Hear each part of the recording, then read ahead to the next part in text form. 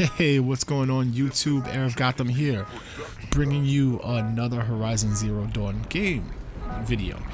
So, the last time I posted a Cauldron, and it occurred to me that it was like a 40-minute video. Most people will not watch that in its entirety. Hey, if you guys did enjoy it, thank you for checking it out, but let's admit it, YouTube is for like those shorter videos. So what I brought for you today is the second Cauldron that I faced, Cauldron RHO. In case you guys didn't pick it up from the last time, this is basically a dungeon in the game, and the point of it is that you go in, and this is where I discover a lot of the enemies I hadn't faced yet.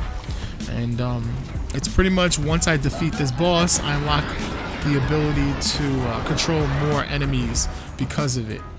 And that's one of the best parts of this game, is taking some of the enemy machines and making them on your side for a short amount of time, or for like a one fight, turning them against each other, or even for a long amount of time, like getting a steed or something that I can ride across the map makes it travel a little bit better. So the great thing about these fights is that the fight doesn't actually start until I decide that I'm ready to start it. So what I'm doing right now is I'm setting up as many traps as possible. I'm pretty much using all the traps that I have. So I'm using shock tripwires, I'm using the explosive ones, the fire ones. I'm setting up these little landmine kind of things everywhere I can. I'm crafting more. I'm just trying to make this arena as deadly as possible for the enemies that I'm about to face. And yes, I say enemies for a reason. So the main boss, the Snap Maw, is basically a giant crocodile that happens to shoot these blasts that will freeze me in my tracks, or rather it'll slow me down the longer I stay in the freeze, like in the freeze cloud. So when you're fighting a battle such as this, stamina and speed and being able to roll away, those kind of things are all going to be in my advantage because this enemy is colossal. And I basically want to try to avoid any direct hit from the enemy as often as possible. So take that and couple it in with the fact that the second I start the fight, a door opens up and lets a Ravager in, and a Ravager is basically like a panther. So now I gotta fight this giant crocodile, and at the same time there's a panther trying to kill me. So you can see why I'm setting up as many traps as possible, because I'm not stupid.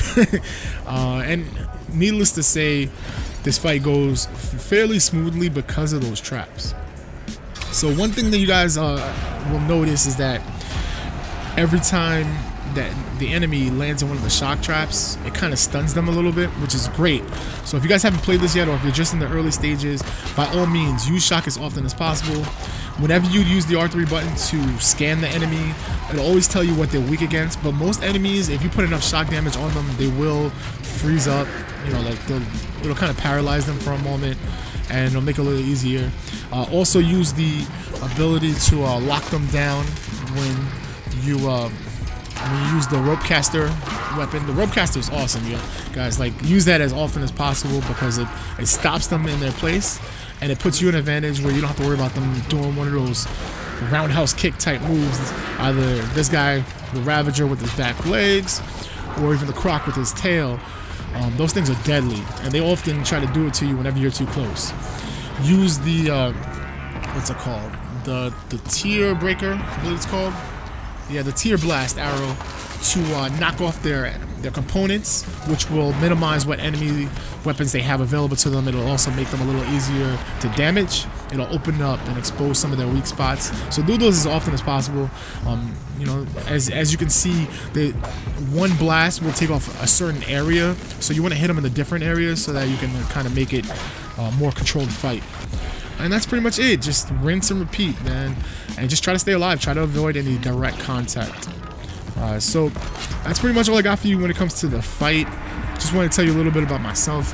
When it comes to today, the day I'm recording this video, it is Thursday, March 2nd, the day before the Nintendo Switch came out, and I am in a spot.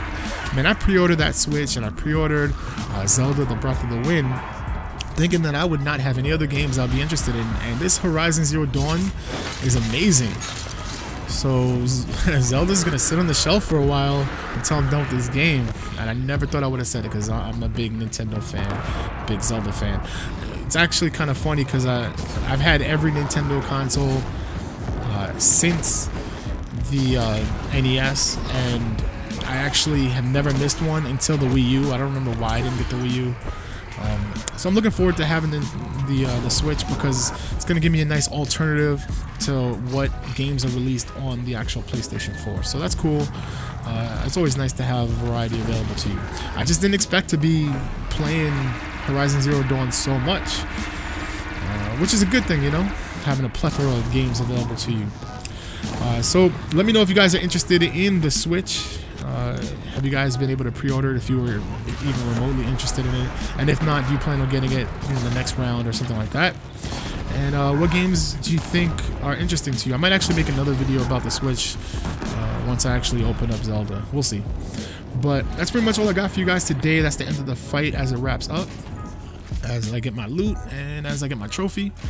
I hope you guys enjoyed it. Let me know what you think. And that's all I got for you today. HeirOfGotham, signing off.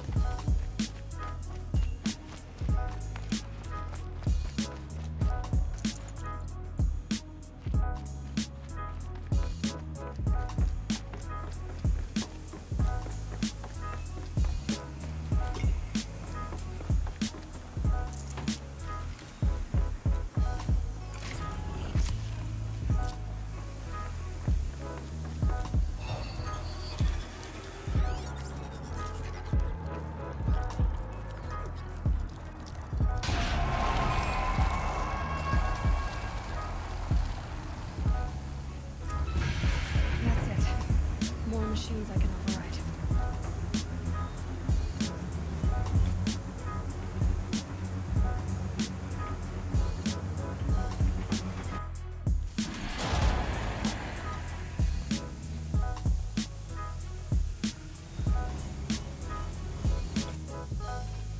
This is a Chucky Beat production.